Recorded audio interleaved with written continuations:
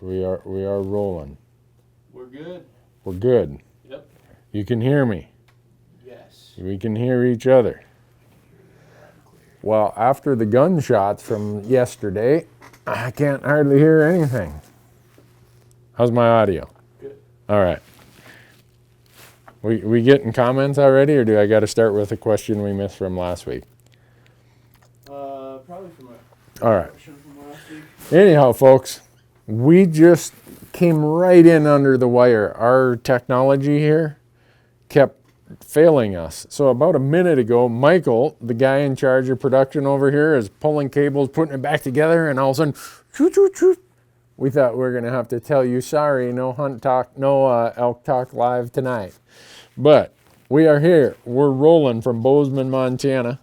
Elk Talk Live is brought to you by these wonderful companies: Bowtech Archery, Leupold Optics, onXmaps, Tightspot Quivers, Ripcord arrow rests, Black Gold Sights, our newest partner for starting last week, GoHunt.com, and the Rocky Mountain Elk Foundation. So remember, with this whole gig, if you want to get notified, text Randy, R-A-N-D-Y, to 313131. And if I seem kind of confused and scattered, it's because I spent all day yesterday helping pack moose meat out of the swamp here in Montana. If we would have been doing Elk Talk Live today from moose camp, it would have been a really, really bad signal. So I told Matthew, the guy with the tag, I said, you better kill a moose today, because tomorrow night we got to be back in Bozeman.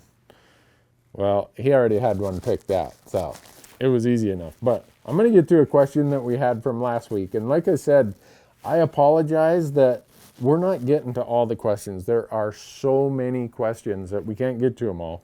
But one of the questions last week on the Leupold page was, what's the smallest cartridge or caliber I would go to for bull elk? In other words, I wouldn't get any lower than that. And that's kind of like saying, who's your favorite football team, or what kind of truck do you drive? You're going to get a million opinions. My personal opinion is based on years and years of elk hunting and seeing all kinds of different results, some good, some bad, from me, from other hunters, whatever. For me, I'm going to stick with something that, at a minimum, bull elk, if I'm know my ranges aren't going to be far and I'm comfortable, I'll have time for good shot selection. A 25 caliber, we're talking the 257s, stuff like that, would be my absolute minimum, 25-06. And right away, I know someone's going to say, well, Grandpa kills them with a 243 every year. I get that. I don't even like the 25 calibers. I'd prefer to go up to the 26 or the 227 calibers, the 270s and above. I've shot my first bull elk with the 270 using Nosler partition 150 grain bullets.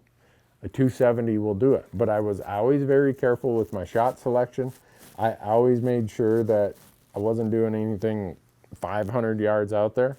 You have to know where the lethality of your weapon is. Never skimp on bullets, and never get in a hurry if you can at all help it. Try to be patient and wait for that best shot selection. So someone already chimed in here and said 30-06 is the smallest they'd use. That's fine. I get that.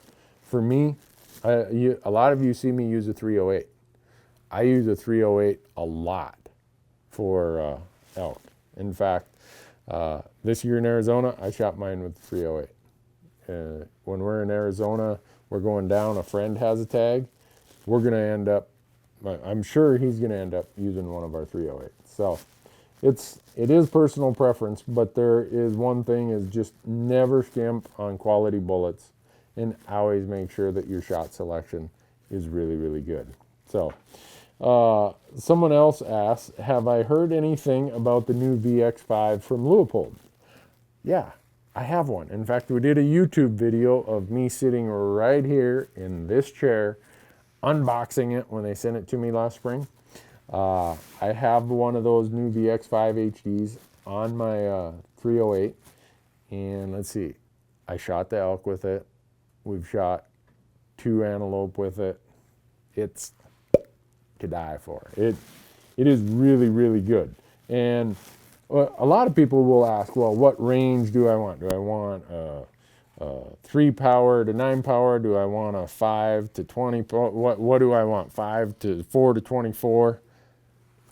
Whatever works best for your situation and what you use. It doesn't matter what I use.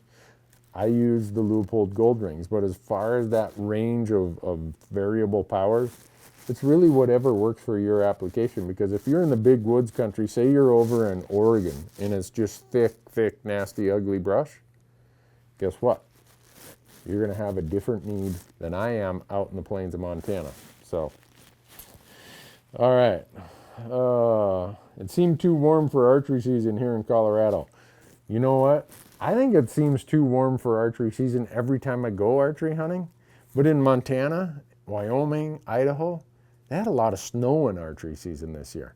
And we posted a one-day video of us out there just an hour or so here from Bozeman.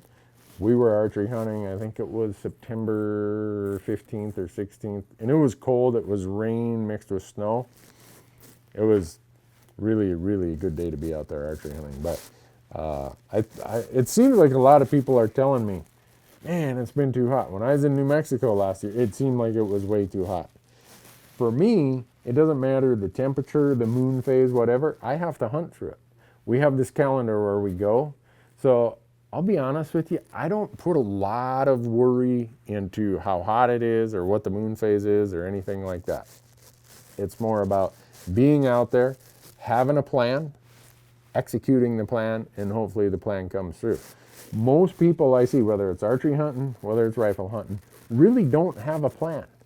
Do you have a 5-day plan when you head to the woods? This is what I'm doing day 1. This is what I'm doing day 2, day 3. If those 3 days don't work out, well, here's days 4 and 5 plan.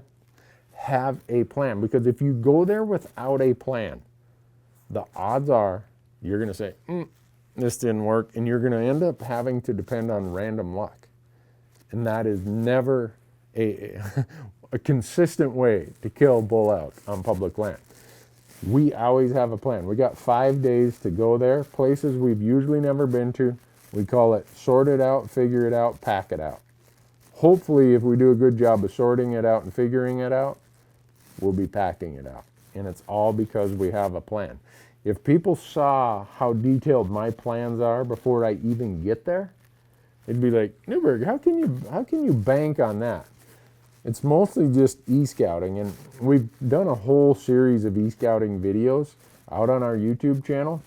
And if you do that, you'll see one of them is very heavily based on this app right here. It's the onX Hunt phone app, the smartphone app. Oh, and speaking of which, they just released in the last week where now you can share waypoints with your buddies or with camp or with whoever, you know, hey, I want my spouse to know where I'm at or whatever. You can share waypoints with the app now. So, and to make it worth your time, if you go to onX and you use promo code RANDY, R-A-N-D-Y, they're going to give you 20% off. So there you go. You watch the podcast, you just saved 20% on the app.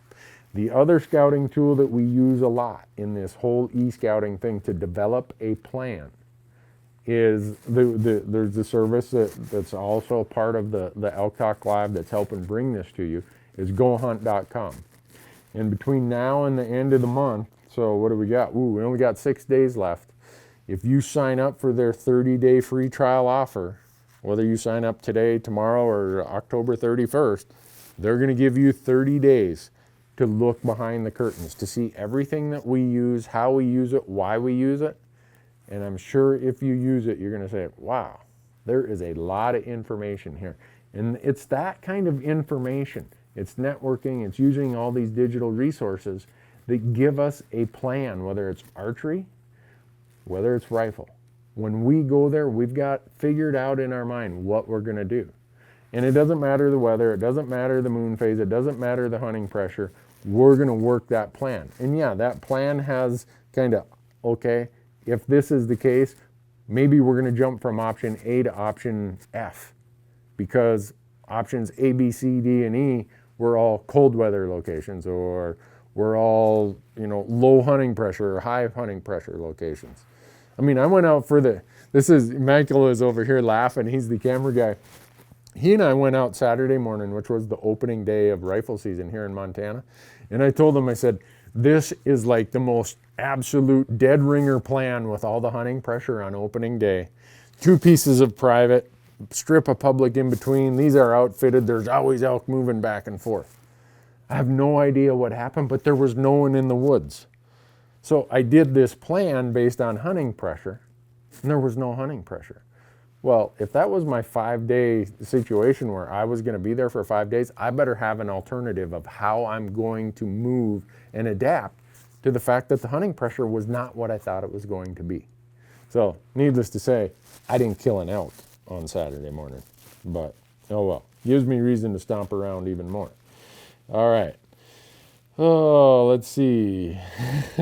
Someone says, if you shoot a trophy bull, don't tell the newspaper where you got it. Don't tell your buddies where you got it. Lie to them. There is nothing wrong with fibbing your friends about where you killed an elk. Nothing. I mean, if you went to hunter ed and hunter safety and all that, that's one of the first things that they should teach people. You can kind of fake it a little bit with your buddies, and you don't have to tell them everything. When do I feel the mule deer rut will start in Montana? Talk to the biologist. They tell you the peak will be sometime around November 15th, usually about a week later than the peak of the whitetail rut.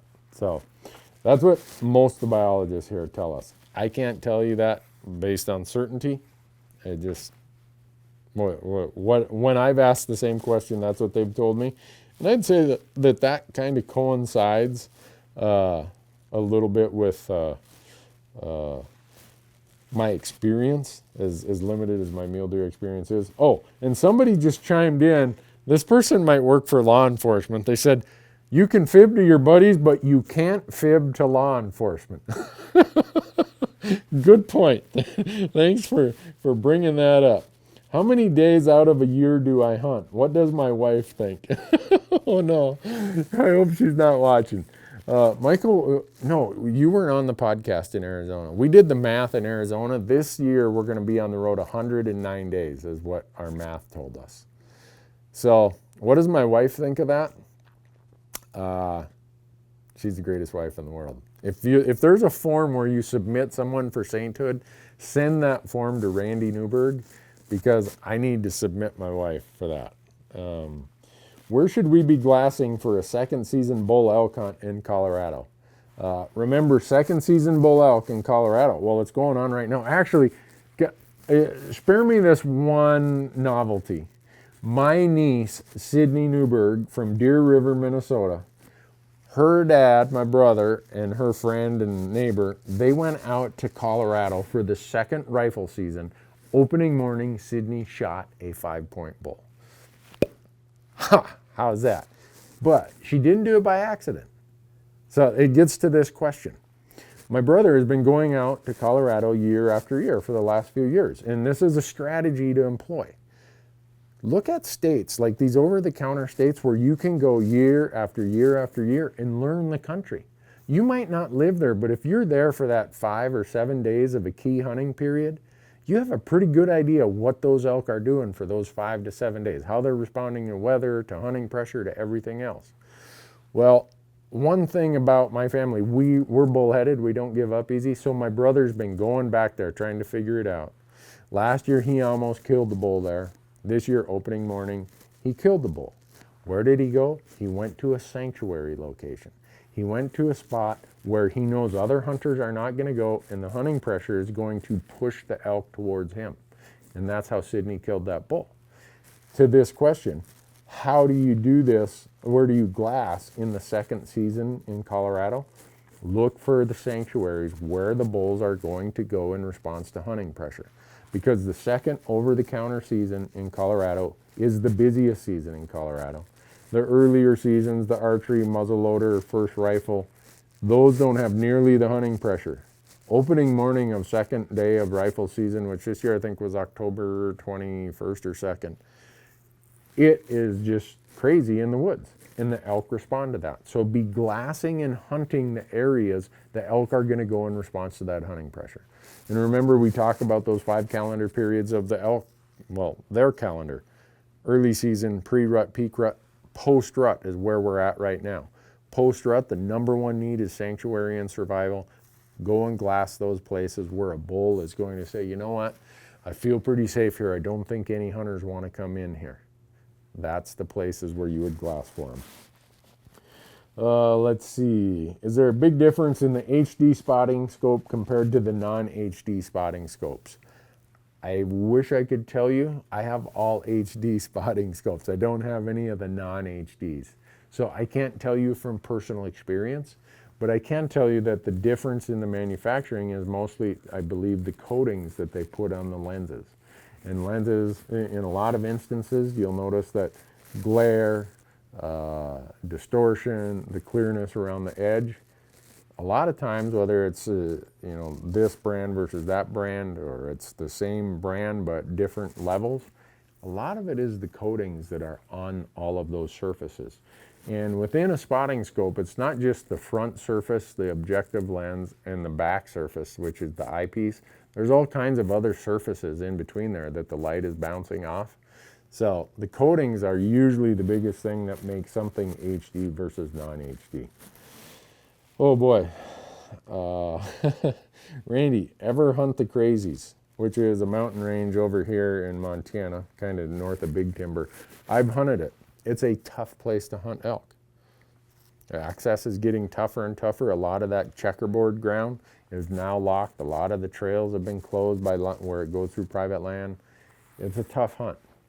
If that's where you're going, I would think about someplace else. I'll just leave it at that.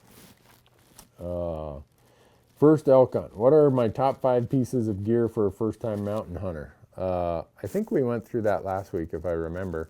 But the top 5 pieces, none of them can be replaced by a mindset and an expectation.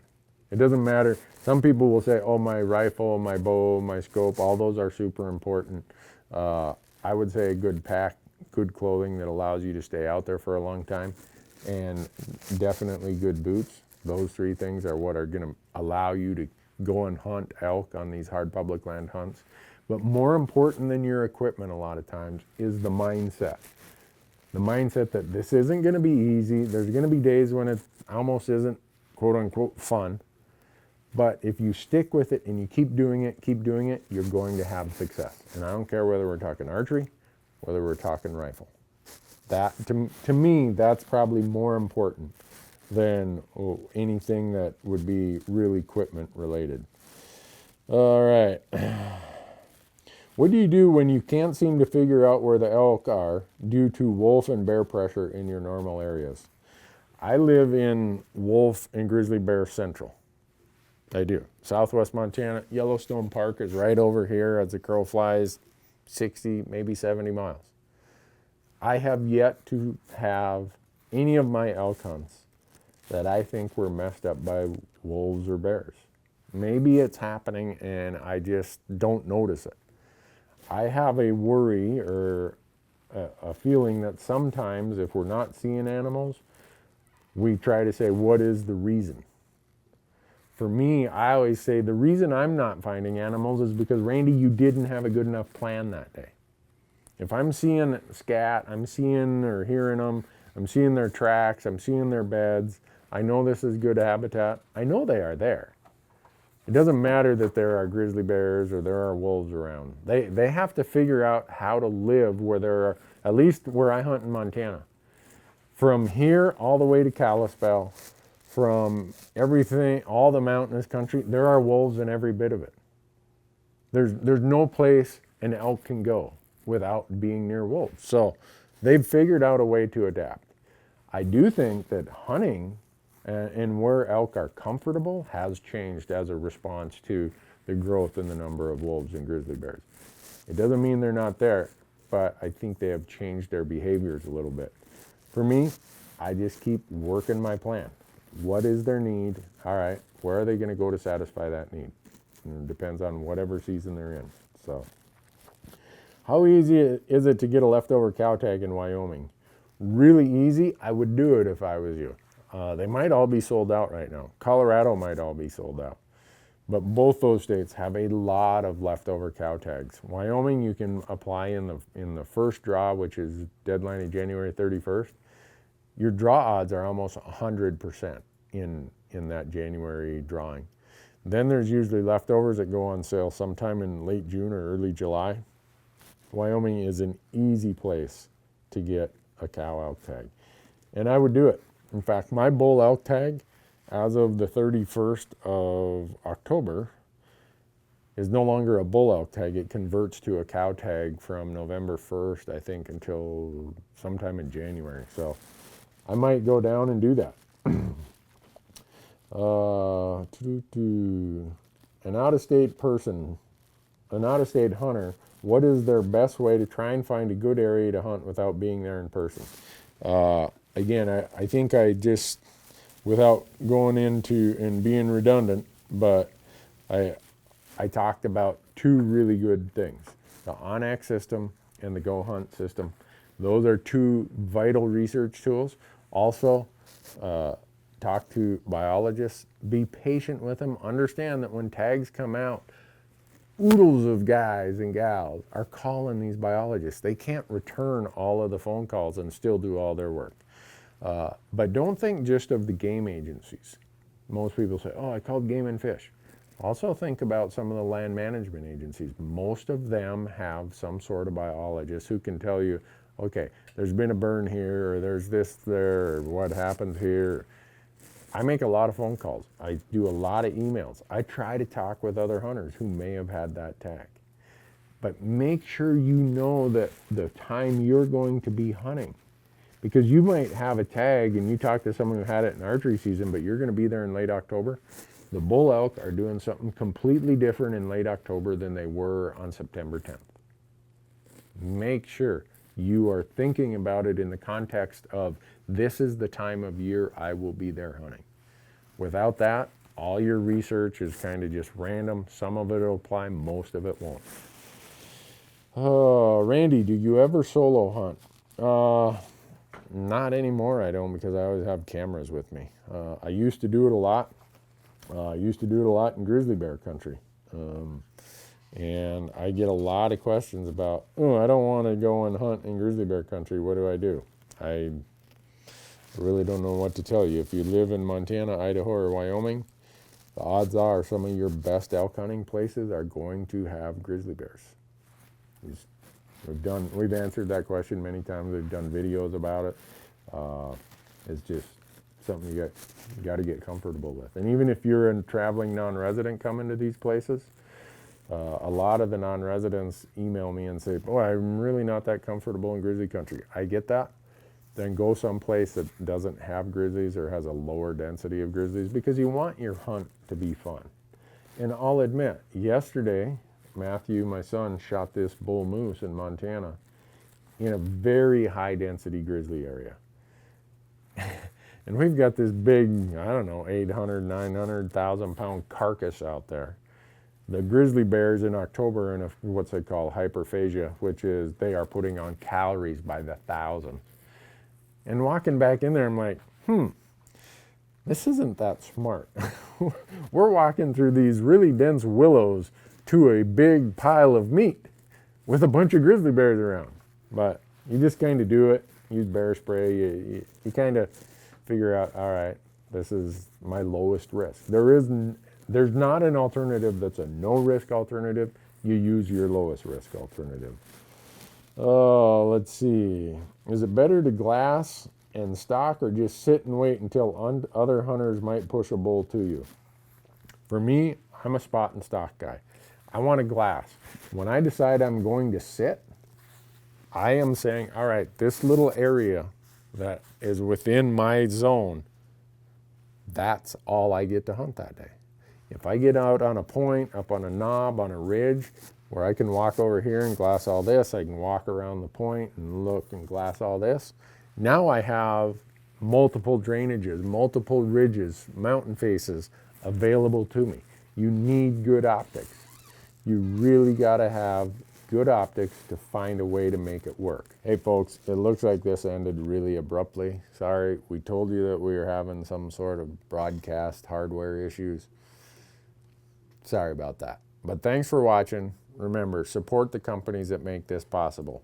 Bowtech, Leupold, onX, Go Hunt, Ripcord, Tightspot, Black Gold, Rocky Mountain Elk Foundation. They are the companies that make this possible. We hope that you'll support them whenever you can. We're going to try to be on next month or next week. I don't know though if we will be able to. Depends on what our connection and service speed is when we're down in Arizona. Thanks for watching.